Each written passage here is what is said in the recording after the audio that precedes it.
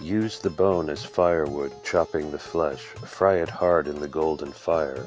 Unless one's self mellows and melts with tender love, one cannot attain Shiva, the priceless gem. Search, you will find no god like Lord Shiva. None here can compare with him. He transcends all worlds. Golden-hued, his matted locks glow like fire. He is in the lotus of the hearts. Walking out of the lofty valleys of Kathmandu, he proceeded south and east to Kashi, the city of light, Shiva's city, today known as Varanasi, where he was to have darshan of Lord Shiva at the Vishvanatha temple. Here he came close to his great lord and bathed the Shiva lingam with his own hands, as is the custom for all devotees in this northern shrine. During his worship, Sundaranatha longed to be with his guru Maharishi Nadinatha, deep in the Himalayas again, listening to him expound the Vedic agamic truths he had learned so well. In an instant the Shiva lingam spoke to him from inside himself, reminding him that his guru was indeed within him, traveling with him, and that this oneness could never be altered. Bowing out of the temple, walking backwards at the door, he turned to the right and departed, filled with confidence and assurance. For months Sundaranatha continued on his holy trek, walking along the village paths, roadways, and trails beside mosaic paddy fields out of the northern plains of India, entering the south of India. His chronicles tell of having darshan of Shiva at Vindhya, Sri Parvatan, and Kalahasti. He sojourned at the Sri Kalahasti Shivan Koil, which is connected with the air element and shadowy planets Rahu and Ketu. Here he would have observed the prevalence and popularity of pluralistic Shaiva Siddhanta and felt the immediacy of his mission to convince the peoples of the south of the Advaitic Shaiva Siddhanta truths. He understood Shiva as beyond all, yet saw Shiva everywhere and in everyone he met.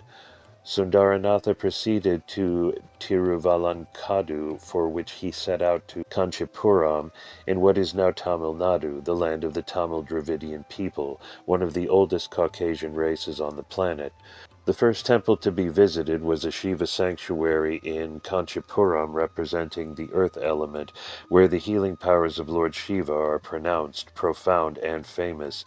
In each temple, Tirumular's love of God grew stronger, his immersion in Shiva more complete. He wrote, "The light that shines in the hearts of devotees, holy God, who sports in such hearts, extolling his greatness, adoring him as my Lord, we shall get closer and obtain his grace.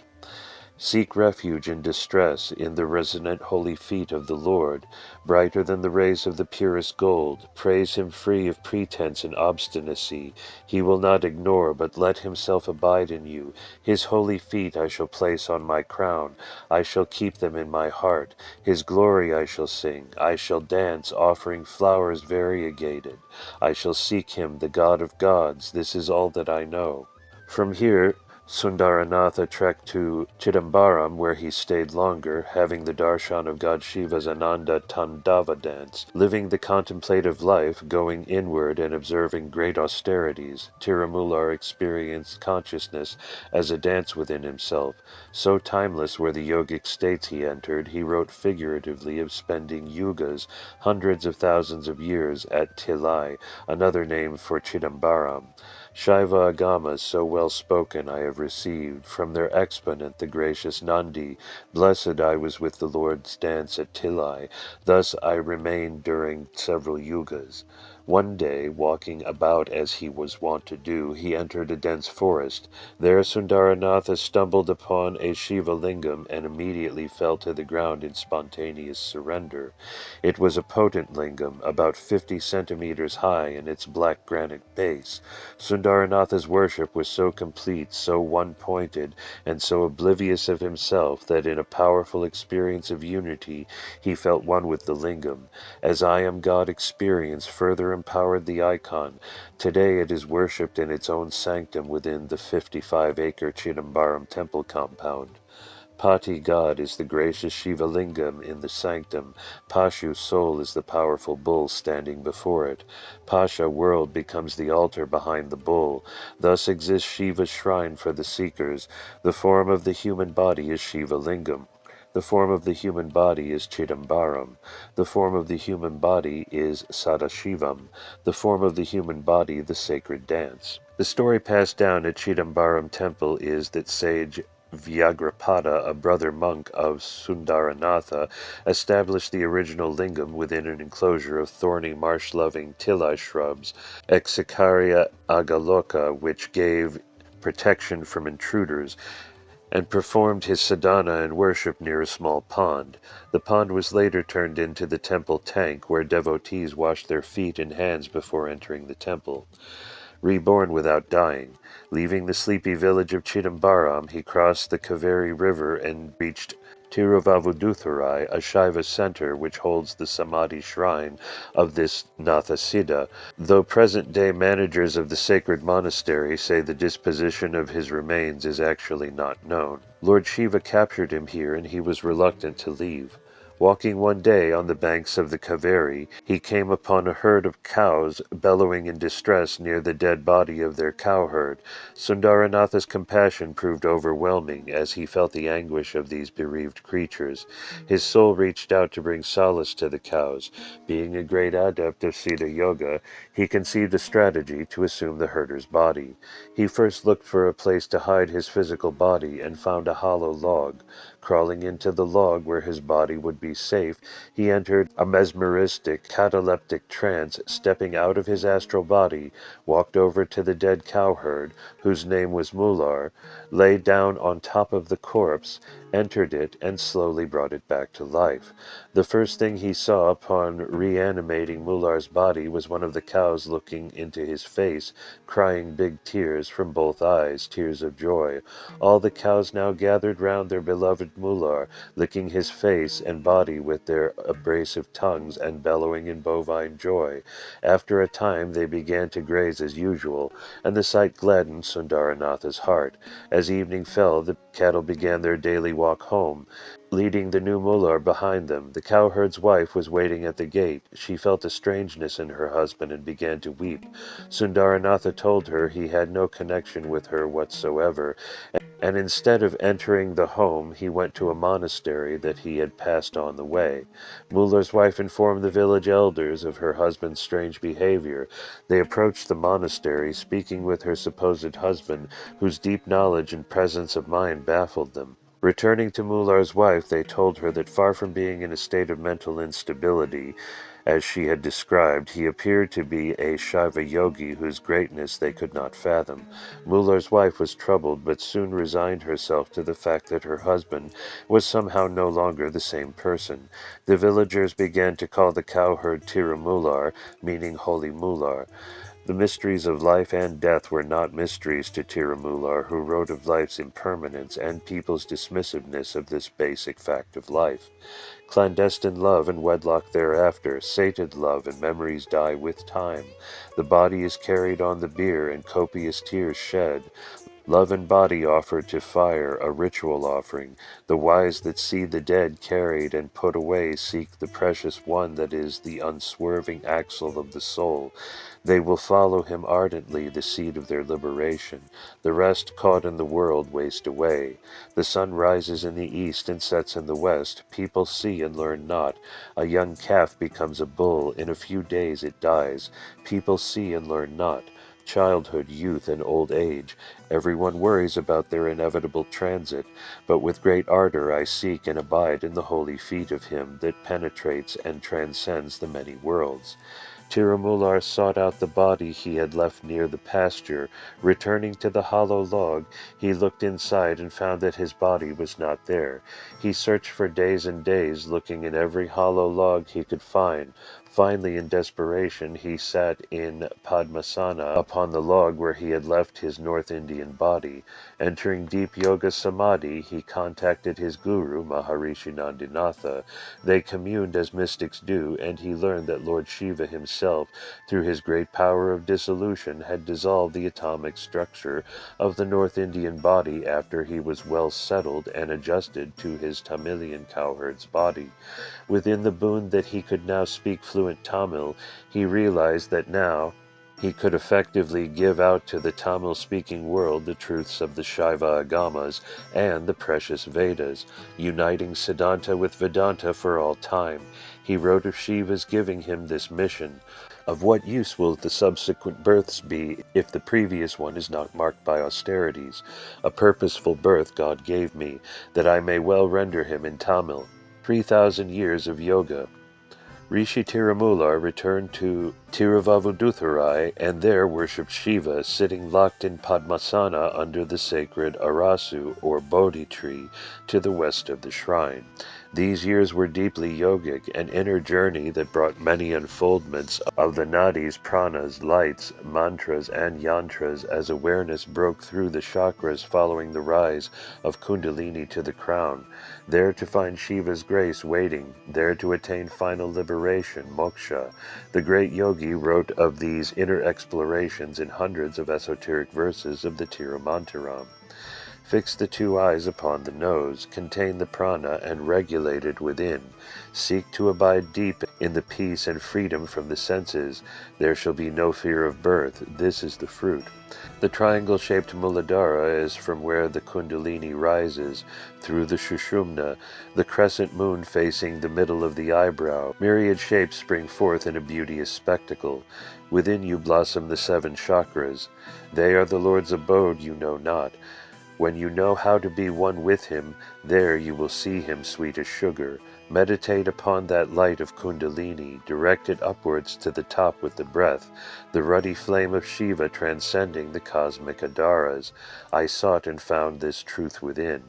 Legend says that once each year he came out of samadhi and gave forth from his meditation a single verse and spoke briefly on its meaning. Since he wrote over 3,000 verses, this would mean he lived over 3,000 years and was born earlier than 2 millennia ago. Others postulate that he gave forth 1 verse a day for 3,000 days, and the poetic legend of 3,000 years arose because so much profundity is condensed into these 3,000 verses. It would take a full year of the deepest meditation to comprehend the full import of each 4-line stanza. Whatever actually happened, Tirumular's sacred text was persisted and flourished for 2,200 years. Even today, new translations and editions were being published, and thousands of institutions counted among their philosophical and linguistic treasures. Its final verses speak of the unspeakable Shiva, who is omnipresent and all-pervasive. The one with the graceful matted locks, the body of golden hue, is non-attached, yet totally united. One who has no cessation, no birth, the Lord, is distinct from the 7 worlds and yet merged in them. As the Supreme Being, he transcends the 7 worlds. He is the earth surrounded by the 7 seas. He is grace standing in its true nature. He is the vision of the jivas and stands merged. My virtuous Lord, he is the leader of the universe. He is the Mahut who controls the world. He is the one who manifests as the innumerable souls. He is the one revered as the Supreme Lord. He is the resplendent indwelling prana.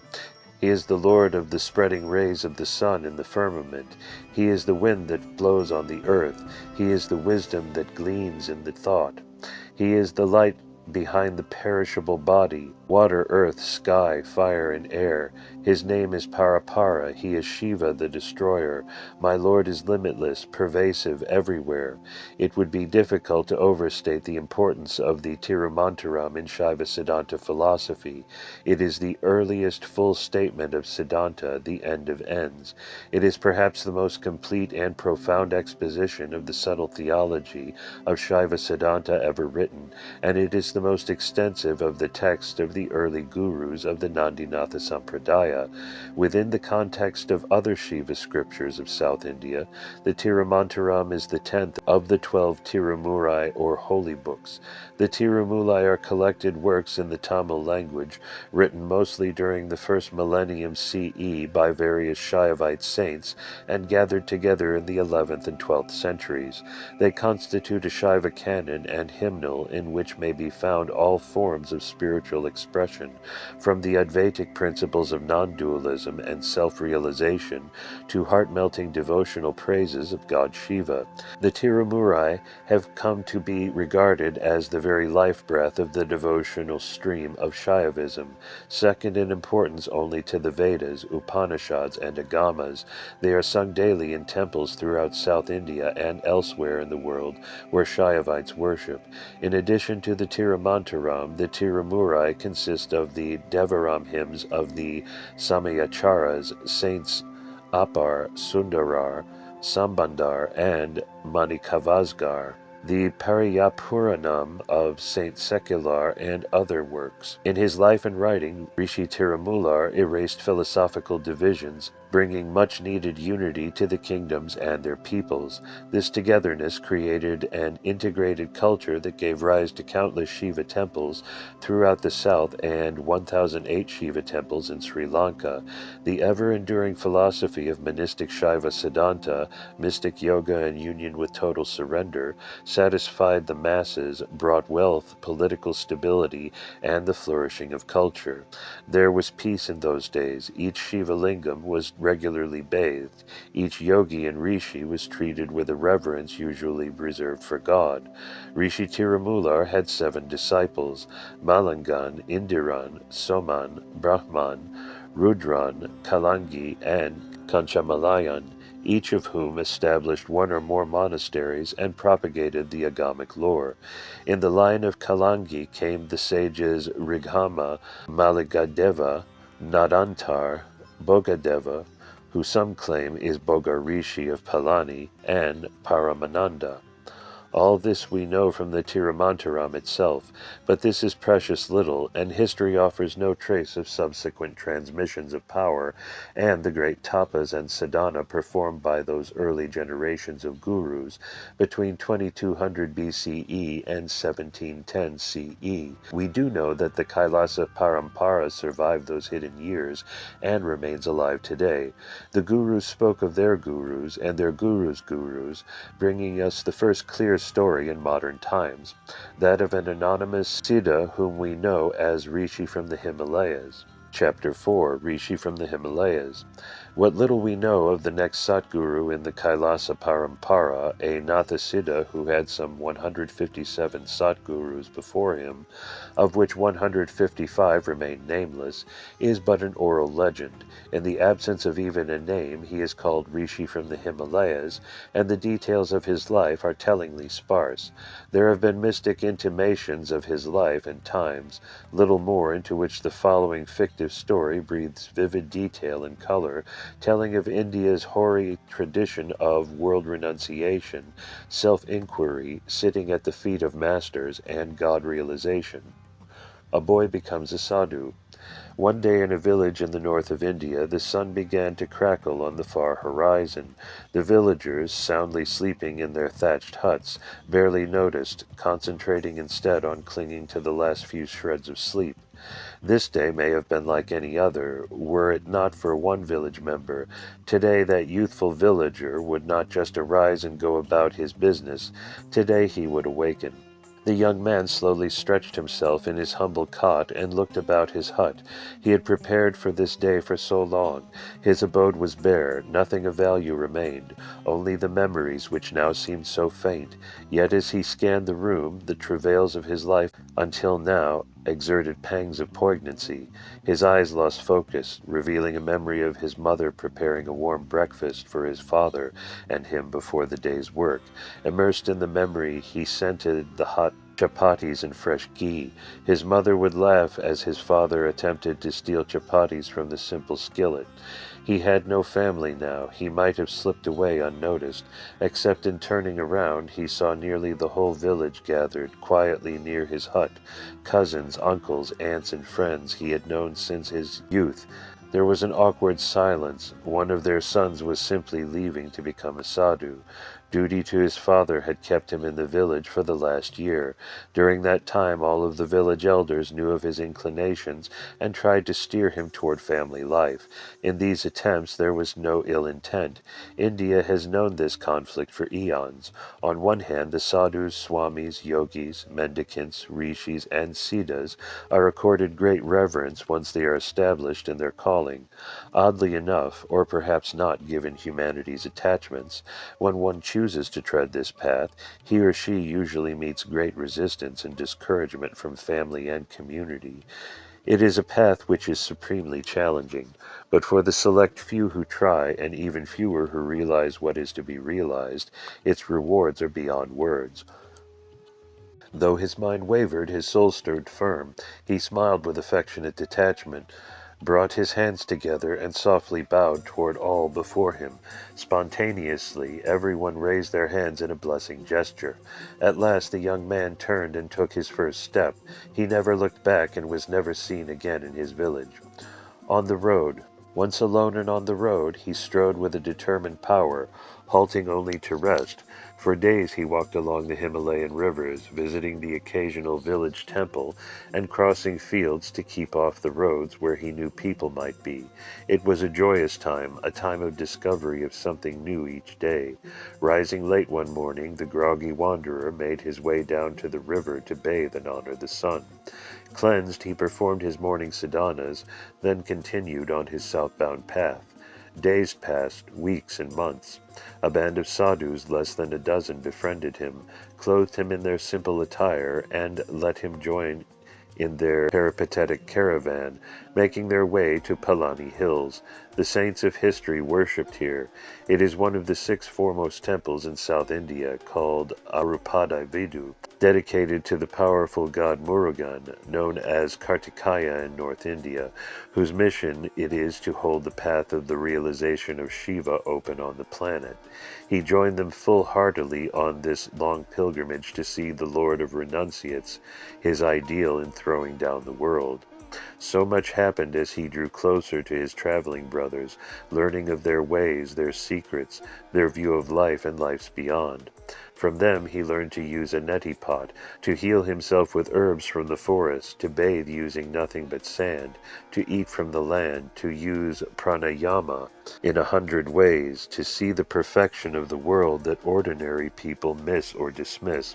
He found it easy to see God in everyone he met, and his love for God Shiva was deepened each day in their presence. They saw in him themselves but younger, and they appreciated his eagerness, his gentleness, curiosity, and quiet profundity. He had an uncanny stillness during their long nighttime meditations, something they silently envied. They learned much from the novice, for he was well schooled in the ancient philosophies, articulate, and capable of holding his own in their nightly debates around the campfire. They found him to be something of a prodigy, and they enjoyed ganging up on him, their combined skills and knowledge being roughly equal to his own. He never noticed the ploy, lost as he was in the spiritual joy of it all. He was living his dream. He was a sadhu among sadhus, and what could be more wonderful than that? Weeks turned to months as the ragged band made its way 10 to 15 kilometers a day, depending on conditions, toward their destination. The legendary Palani Hills Temple in Tamil Nadu, some 2,500 kilometers from the sadhu's village. Even today, Palani Hills Temple is one of the most popular in all of India, so much so it is the second richest temple in a nation that boasts hundreds of thousands of temples. The group picked up its pace as it grew closer and closer to the temple.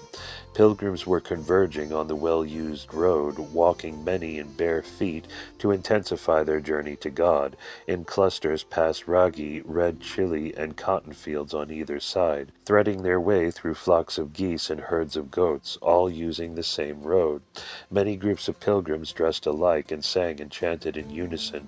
This was not for them a solitary journey, but a fellowship and a sharing, a spiritual family united on the same holy trek. Not all were skilled musicians, but each was inspired and sang fervently in praise of and in petition to Dandayuthapani, the Lord they sought, the beautiful youth wearing but his loincloth, his head shaven, carrying the staff of the renunciate, the radiant and eternal bachelor, tutelary deity of the Tamil land, the second son of Lord Shiva. One devotee among the band led an hour-long bhajan of only 2 words. He bellowed Harohara, and all would respond Harohara. Some feebly, for their real work was the walking.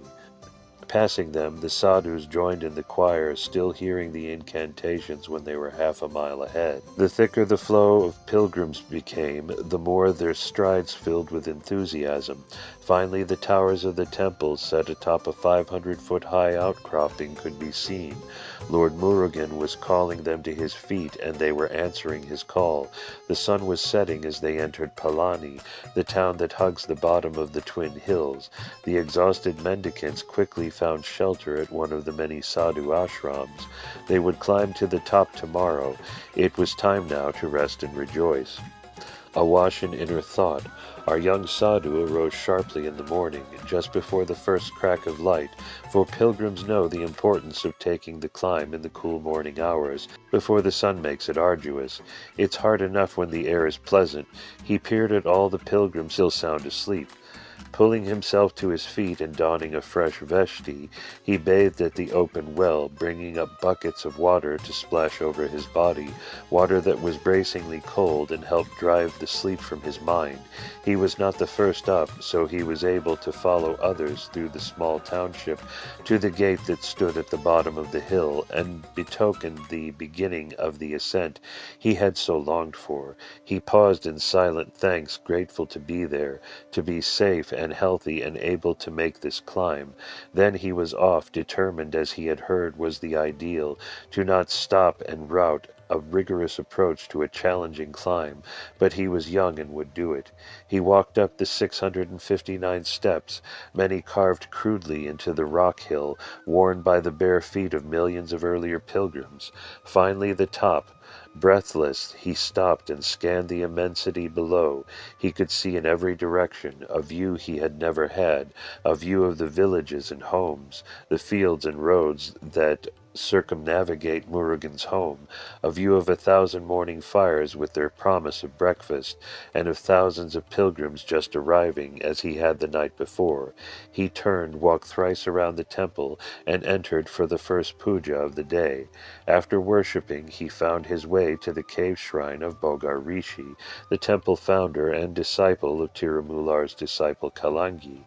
It was Bogar, the great Siddha, alchemist and healer, some say he was Chinese, who first worshipped Lord Murugan here around the year 200 BCE, and who magically fashioned with his own hands a 43-inch tall icon that still stands in the modern-day temple sanctum. He did not make it of stone or metal, but combined 9 poisons, Navabasana, with various herbs to form a rock-like amalgam which cannot even today be precisely replicated. Though master craftsmen made repairs to the aged icon in 2006 using approximated formulas, Bogar's shrine holds a power that gives credence to the local story that he is still alive and impossibly old, living in a cave within the mountain. True or not, the young man felt the vibrant energy of the place and found a quiet corner where he sat down. He was completely empty, no doubts and no expectations, no past, no future, only the now. Effortlessly he dove into deep meditation, his breath slowed, then virtually stopped. His awareness turned in upon itself and was soon washed in pure light, pure energy, and a stillness that held the cosmos. He was everywhere and everything, infinitely expansive, without limit or body. While he was in that state, Murugan, the great god of the Pleiades, appeared in the form of a resplendent light. The light was so brilliant that he could not hold it as a vision, and had to let himself be absorbed by it. He and Lord Murugan were one. He sat there transfixed as the kundalini soared upward, bringing him to a state beyond light. He remained in that samadhi for some time. Finally he became aware of the light once again, then beheld another vision in which Lord Murugan revealed to him the complete unfoldment of his life. Everything from past lives to his future life was suddenly known to the young sadhu. Once the revelation faded, he sat like a sponge, absorbing every drop of its energy. Completely satisfied, he got up and, without looking around, walked down the hill and went on his way. Tremulous, the yogi felt remade, as if he had been given new life. After this rapturous encounter, he moved from one experience to another, as in a dance. Life's energies flowed gracefully through him. His timing was perfect. Everything he needed came to him without effort. Food appeared when he was hungry. There would be someone on the way just standing there with food or beckoning him to their home for a meal. Shelter came. There would always be a fellow seeker's hut or a temple devashtanam awaiting him at the end of the day. After an evening meal, a mat would be offered for him to stay the night. He never thought, is this the way or is that the way? He simply went here and there, following orders from within. His vision of the Lord and the Kundalini experience was so vivid that he did not even need to think about it. It lived within him constantly. In mystic Bharat, people sense that when a soul has attained spiritual maturity and renounced the world, and they seek some shared blessings from him for their own journey to moksha. Intuiting that he is on a mission, they part to let him pass, cautious never to re-involve him in the things of the world. They take care of him, offering what he needs without engaging him in idle conversation. They prepare him food and let him eat it alone in respect for his chosen solitude. So it was with this young sadhu. Villagers would offer him a place to sleep and take care to not let their householder life intrude upon him. In such a culture, like a knife cutting through water, the nameless sadhu walked his path alone and unhindered. The sadhu meets his guru. A year after his final samadhi, having trekked northward from Palani hills, he arrived at a small temple high in the Himalayan mountains. He sat down to rest. Sensing that he was at the end of his journey, he went into deep contemplation of the beyond of the beyond. The intense vibration he had felt since his vision of God Murugan subsided into Saravanabhava bliss. Now it was as if he had finished everything, as though he were not, and yet as if he were the core of being itself. He basked in the ocean of peace that engulfed him. When he opened his eyes, he saw an old man sitting across from him, who seemed to be in the same blissful state. The young sadhu stayed with him, sitting and waiting. For 3 or 4 days he waited for the man to move or speak. After a few more days he stopped waiting and wondering. Soon he became absorbed within the oneness and peace and lost all consciousness of being in a particular place. In that silent communion he received all the teachings he would ever need for moksha in this life. They came to him in an orderly way. For days he sat there absorbing and assimilating the silently eloquent Shakti emanating from the old man. The old man was taken care of by his devotees from neighboring villages and by pilgrims who came to worship at this small temple. They attended equally to the needs of the young man, distantly aware of the Guru's protection of the profound experiences his Shishya was going through. They were together in those mountainous regions for years. Most days were spent in meditation, not talking, not doing anything, immersed, absorbed in the bliss that is in the aftermath of the great non-experience of absolute reality. The young sadhu finally spoke out certain concerns to his silent guru, though not expecting a verbal response. He told of a spiritual need he had cognized during earlier days in the south.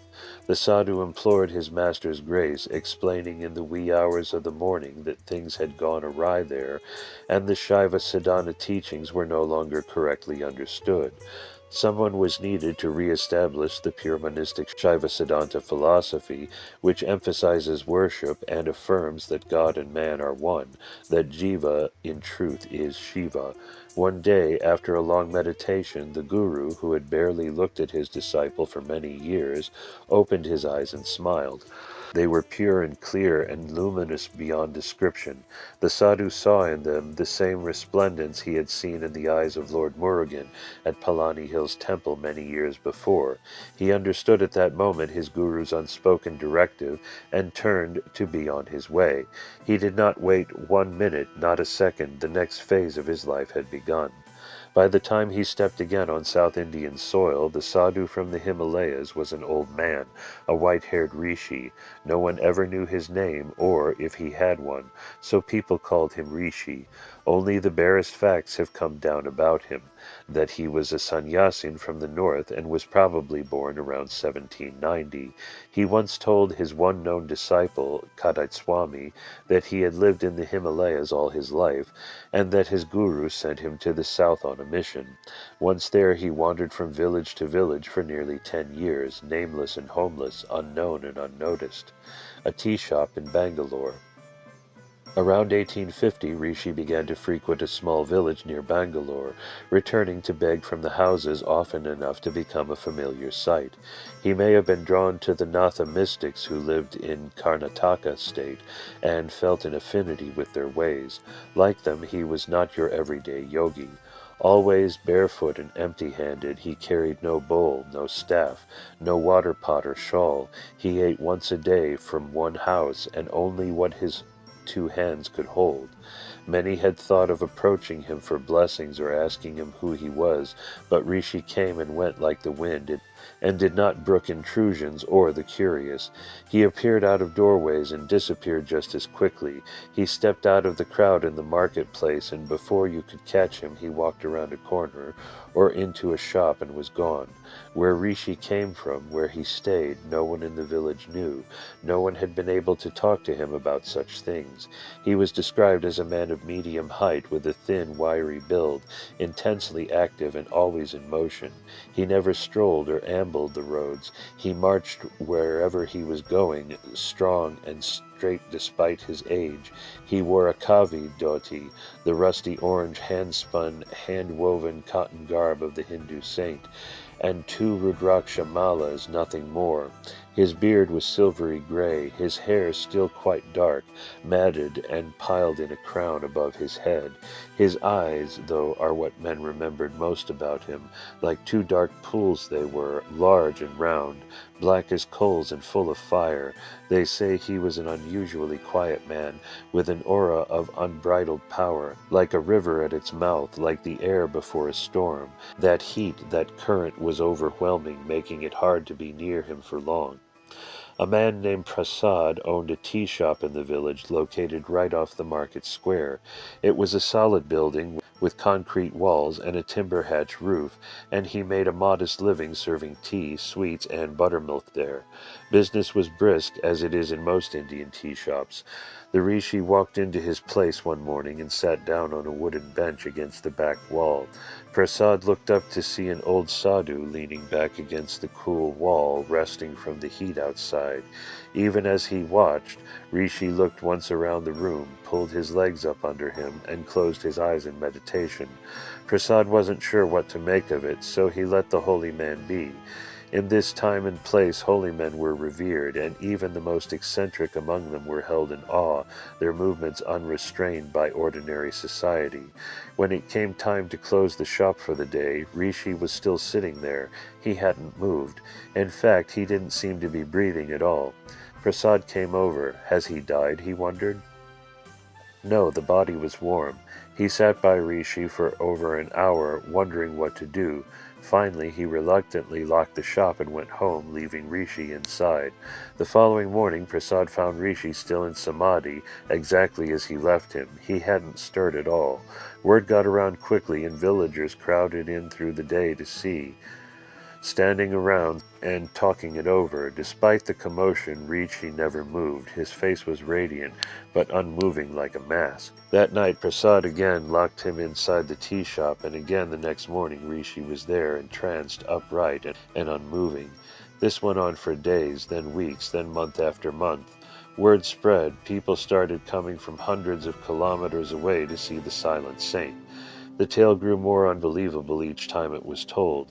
In legends such things happened, in folk stories perhaps, not in a little village in the hills, not in modern times, and yet there he was.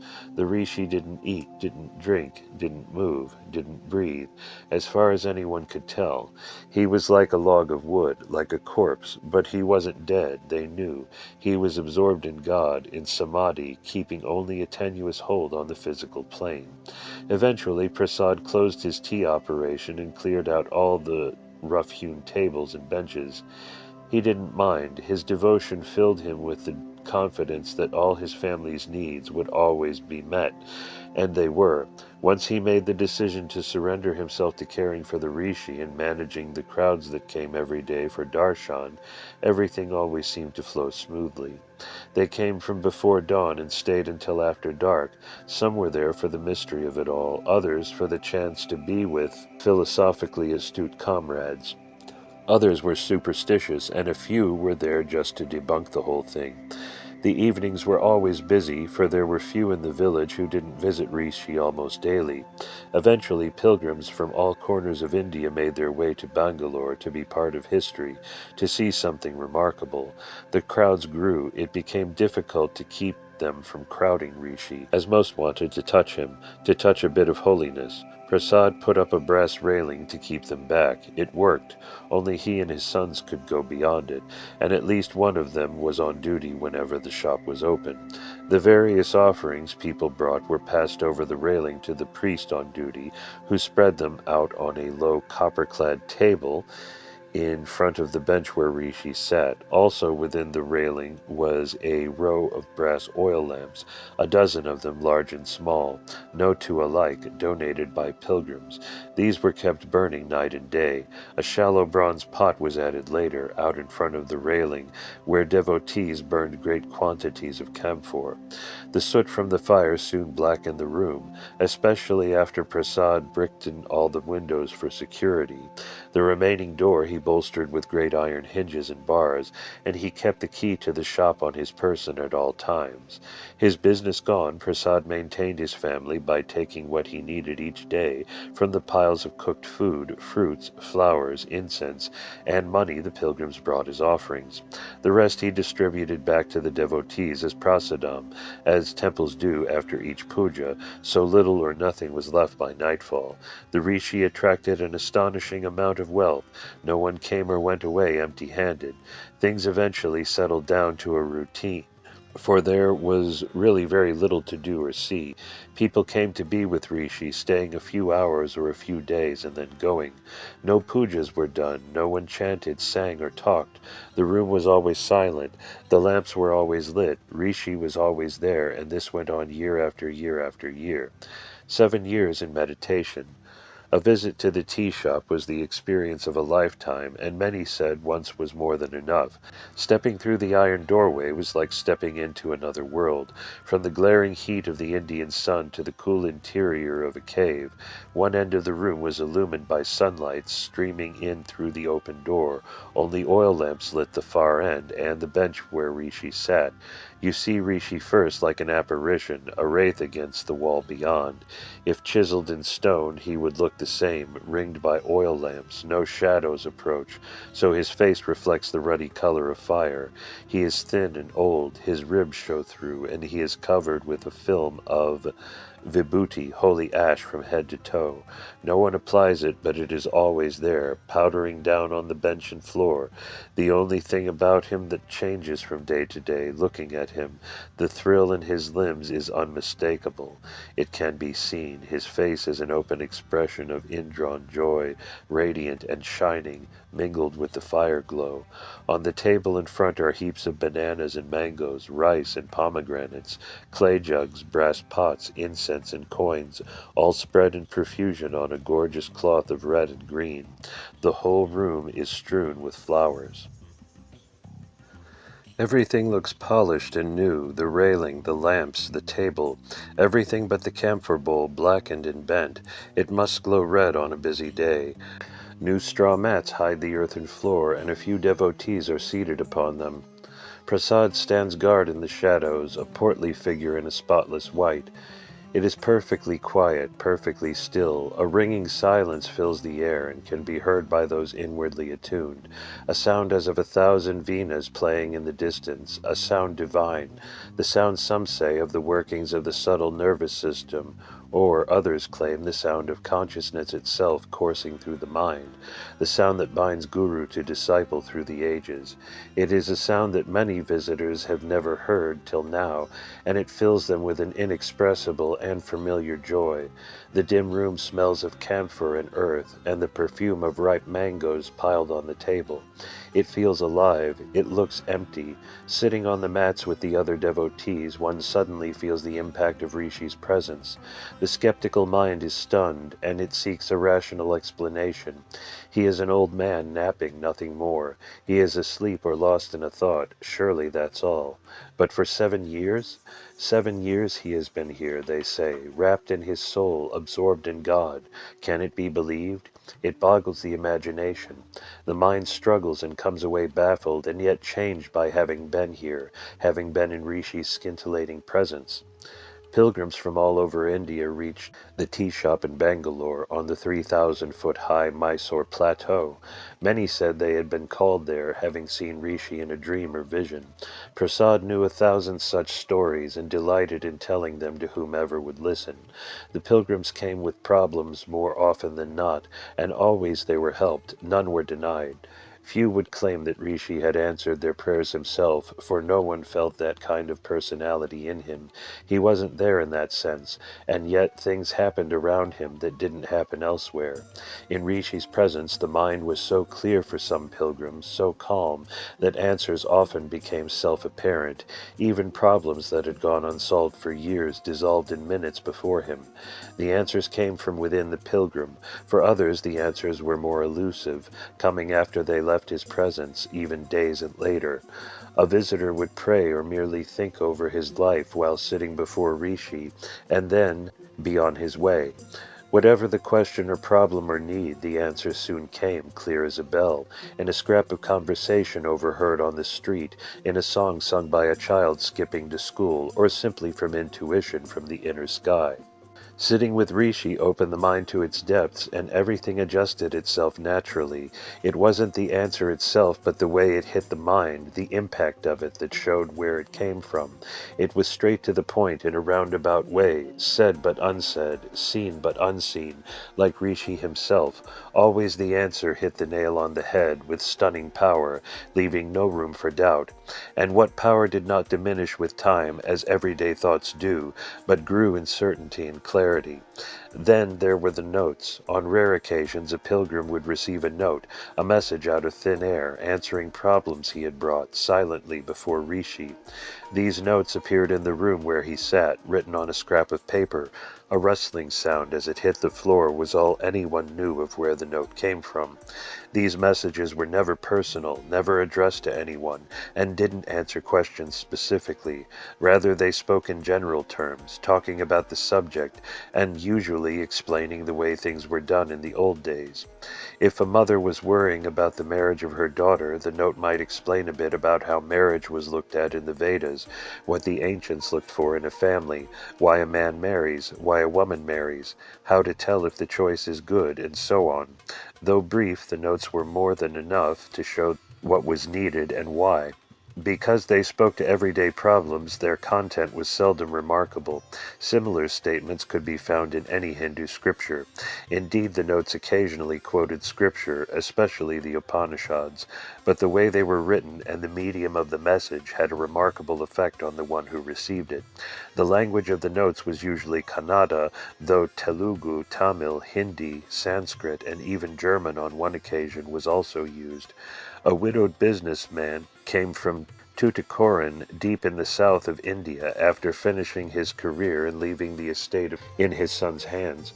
Bringing no plans, no problems, no needs, he simply came to see Rishi. A note appeared while he was there referring to the 4 stages of life: brahmacharya, grihastha, vanaprastha, and sannyasa, student, householder, elder, advisor, and renunciate, which are the natural patterns of the soul's earthly vitality and karma. The man captured the subtle direction and entered a life of service in a nearby ashram, visiting Rishi often. 5 years after Rishi had come to the tea shop, 4 young men, students at the University of Berlin, arrived in the village to see him. They were all in their early 20s, all Sanskrit scholars, 3 of them quite competent. Like many of their generation, they were enthralled by the Vedas and Upanishads. They had even founded an ashram in Germany to spread the lofty teachings they so admired. These 4 had heard about Rishi from travelers in faraway Berlin and decided to come to India to see him for themselves. If the reports were true, he was just the man they were looking for to guide them in practicing and realizing the ideals of the Upanishads. 2 of them were wealthy enough to pay passage for 4 out of pocket, and so, their hearts aglow with dreams and plans, pinning their hopes on bringing Rishi back to the fatherland to head up their ashram, they shipped off to India.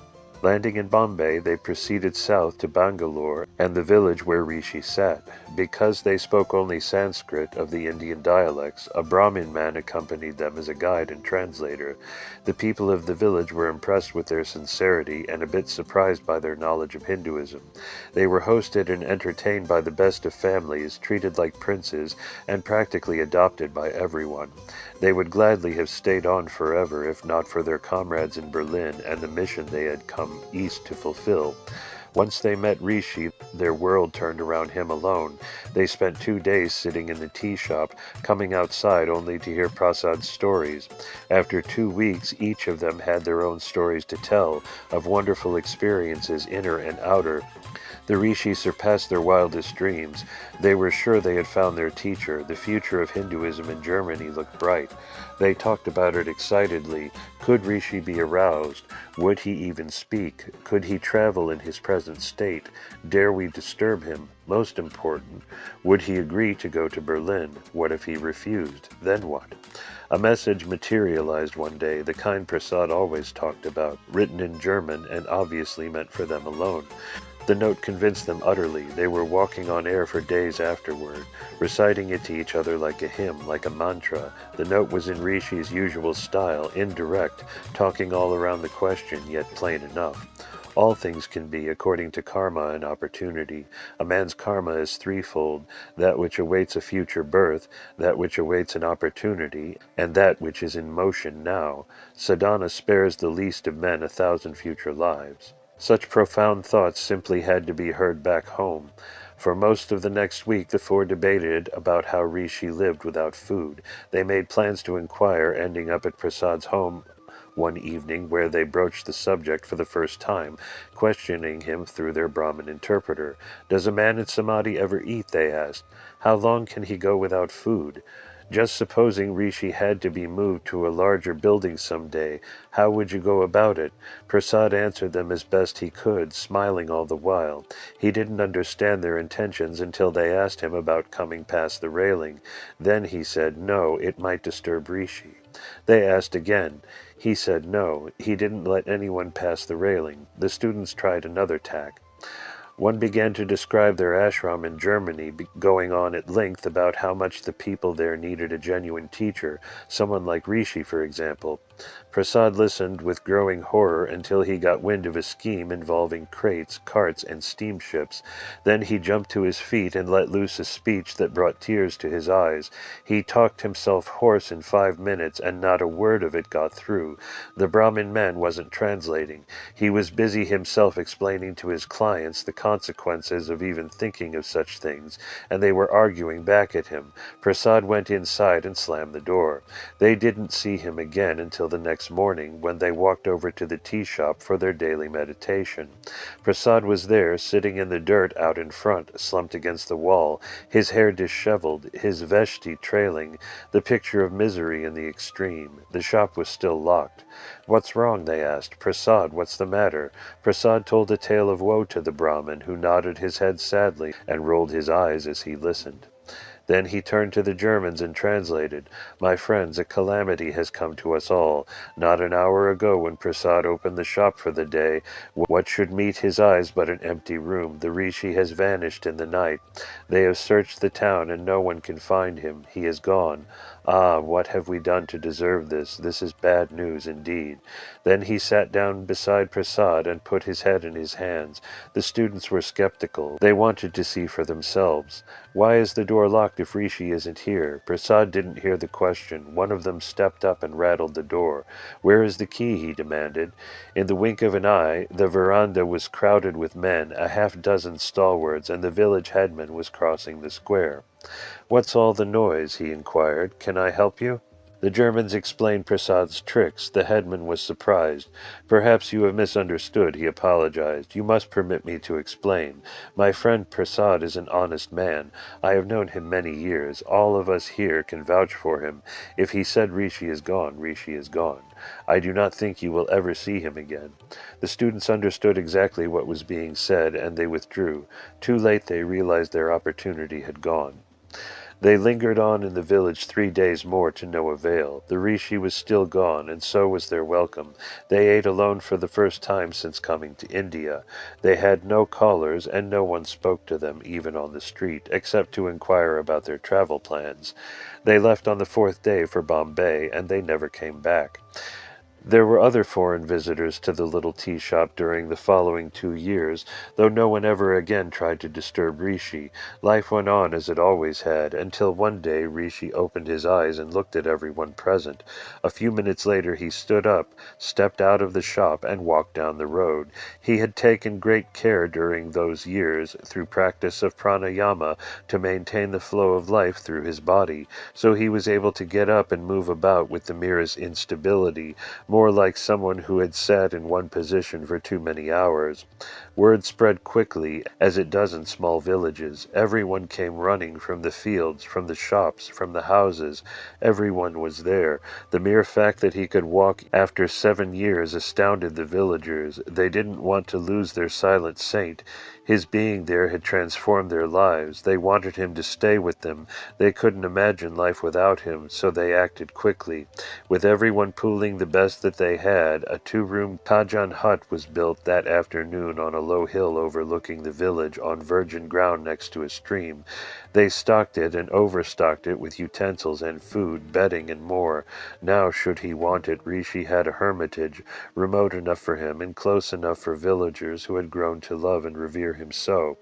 No one had seen Rishi, so the following morning men and boys fanned out and searched the countryside for miles around. They found him in the late afternoon, asleep under a tree. The village elders hurried to the spot bearing gifts. The Rishi sat up when they came and made their pranams. He was staring at them in surprise. They placed their offerings at his feet, and everyone begged him to stay, talking all at once and by turns. All his needs would be met. His hermitage was ready, they told him, and if it wasn't just right, they would build a bigger one. They assured him they were there to obey him always, their children too. You must stay, they pleaded. Please don't go. He sat impassively, and they knew enough to take their leave. Before daylight the next day, the village headman was awakened from his slumber by little boys shouting at his gate. Come quick, come and see. They pointed to the hill. The Rishi was sitting out in front of his hermitage, tending a small fire to keep away the cold that comes many nights at 1,000 meters above sea level, looking out over the village, right where they wanted him. The headman and others gathered up baskets of fruits and flowers, and walking single file, approached as Rishi looked on while adding sticks to the fire. Laying their offerings at his feet, they prostrated, then stood with folded hands, nervous and uncertain after yesterday's encounter, not knowing how to approach this man who had been immobile all those years and now was on the move. The Rishi offered no response, and after some awkward moments the villagers nodded one to the other and turned back to their homes, saying not a word along the way. In time the courageous villagers returned to enjoy his darshan, but he was different. He absolutely refused food prepared for him. Instead, he ate a meager fare that he picked and prepared himself, and shared with the crows, content to sit on the bare ground. He seemed almost crazy. He didn't behave the way they had imagined he would. His eyes were so fiery and intense that people who had once so devotedly worshipped him while he was sitting in samadhi no longer felt the same rapport. In fact, they became afraid of him, such a potent spiritual presence being more than they bargained for. Some even wished the holy man gone from their lives, and pondered how to be rid of him. Their fears and confusions were not unknown to Rishi. One afternoon, some of the distraught villagers went to speak with him, but found the thatched shed burnt to the ground. The Rishi was gone. It was a month before the regular stream of pilgrims coming to the village showed some sign of abating. People still came to see Rishi, and the villagers found it hard to explain why he had gone away without accusing one another. But there was unspoken agreement on all sides not to do that. The tea shop was left open at all hours, if only to convince skeptics that Rishi had ever been there at all. No one talked about his leaving, though. In the wise old way of a Hindu village, it was one of those disasters that had never happened, a thing that wasn't talked about or thought about. Life went on. Instead, the pilgrims heard about how sublime Rishi was, how he sat in that one place for 7 years, answered prayers in magical ways, and never moved once until the day he got up and walked out of the village. No one knew where he went. No, they didn't think he would return. At least it didn't seem likely. A few months after Rishi's departure, a towering sadhu arrived, a huge man 2 meters tall. He stood head and shoulders over everyone. Entering the village, he walked straight to the tea shop as if he'd been there before, and sat down inside to meditate. He didn't come out for several hours. Then he started asking around about Rishi's departure and where he had gone. Prasad told him what he knew. He had dinner at Prasad's house that evening, and afterwards, rumor had it, the two of them talked in private long into the night. The townspeople thought Prasad probably gave the sadhu some information not usually shared with strangers. The lanky sadhu stayed for a week, and talked to just about everyone about Rishi, even going out into the fields to chat with farmers. He walked up to the hill to Rishi's place, but came right back down, saying there was nothing up there. A good part of his day was spent talking with people in this way, and the rest of it in meditation. He slept several of the nights he was there on the floor of the tea shop itself. Otherwise, he could be found at Prasad's house. Whenever he was asked his name, he would only say he was from Rishikesh. From his accent, though, people guessed that his native tongue was Telugu, though he spoke Kannada, Tamil, and English around the village. The opinion of most villagers was that Rishi had gone north, back to the Himalayas, but no one knew for sure, so the sadhu left the village, still not knowing where in India Rishi was. Later tales spoke of Rishi's presence in Sri Lanka, where the miracles and the magical notes appearing from nowhere and falling to the floor occurred again. In fact, it is said that he was better accepted in Sri Lanka than in India. Chapter 5. I will not sentence him to death. One day in High Court, in Bangalore, Karnataka, a magistrate presided over a murder case. The verdict was never in doubt, and the jury was unanimous. When the time came to pronounce the mandatory death sentence, the judge stood up to address the court. His tall, imposing stature brought silence to the courtroom. Before he spoke, he removed his Shastri shawl, his robes, and ornaments. Looking around the courtroom for the last time, he announced, "God created this man. Who am I to decree his death?" Refusing to deliver the death sentence, he solemnly walked away from the bench and was never seen in that region again. Years later, he would be found in northern Ceylon, a Swami and spiritual force who deeply changed not only individual lives there, including the future Satgurus of the Nandinatha Sampradaya, but the course of that nation's history as well.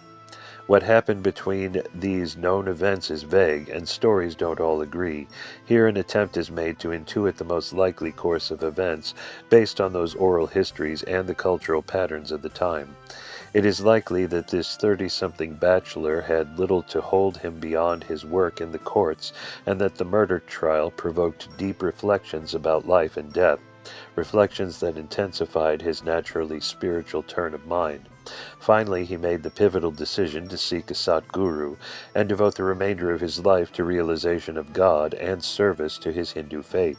Speaking to others about his inclinations toward sannyasa, he came to know of the rishi in the tea shop.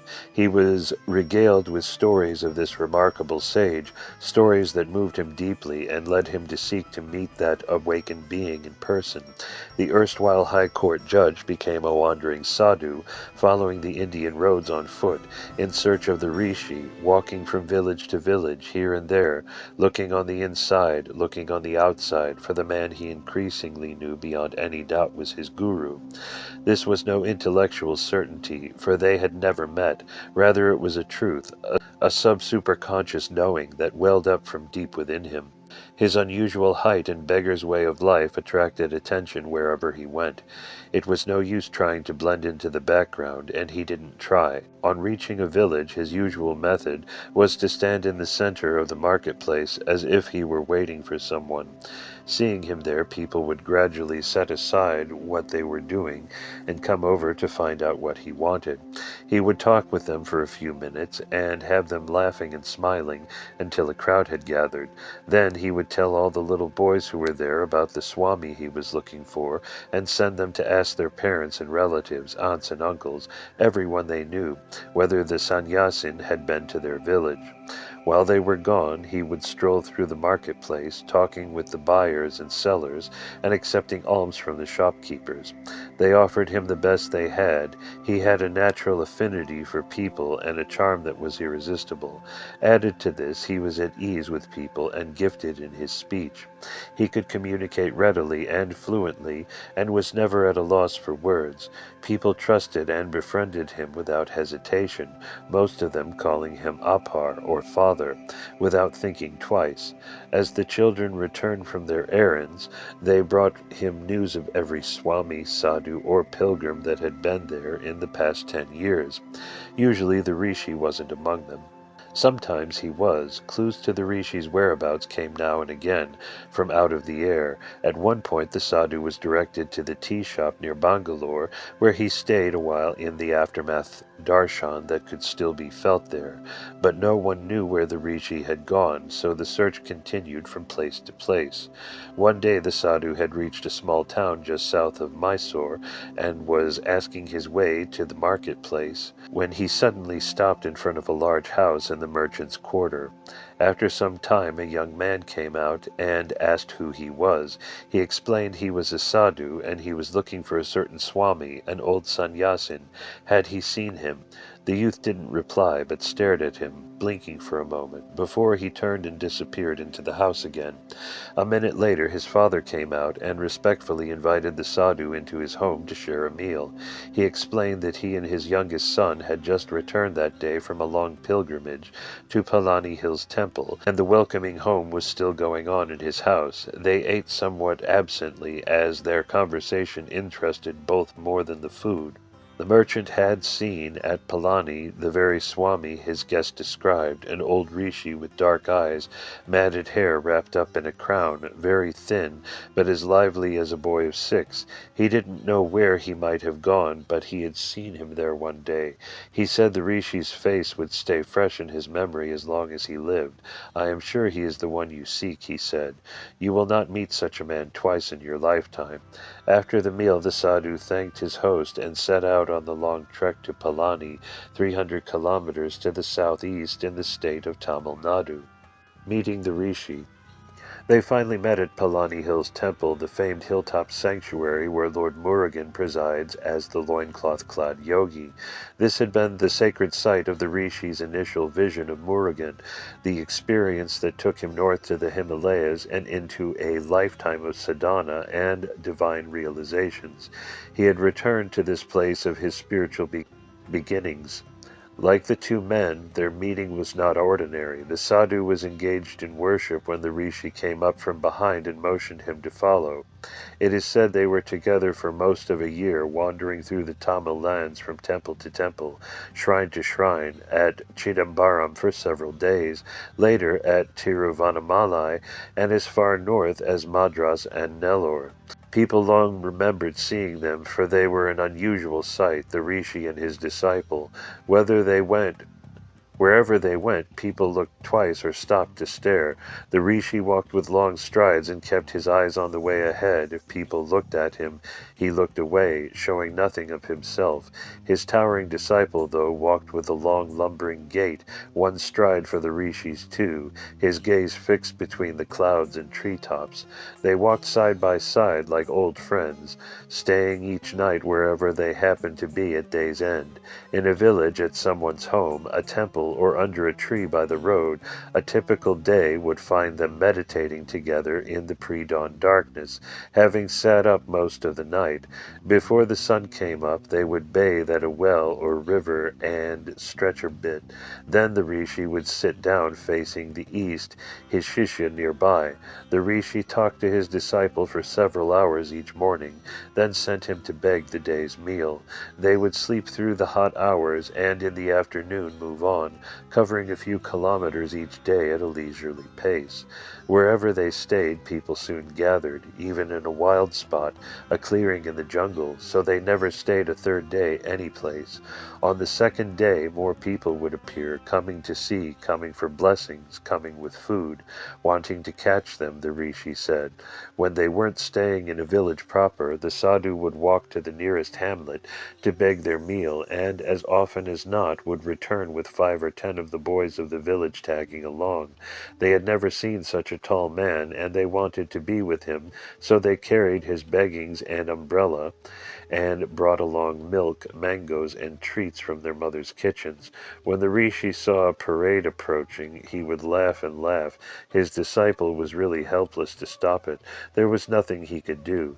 Even if he bellowed, the children simply followed playfully a little farther behind.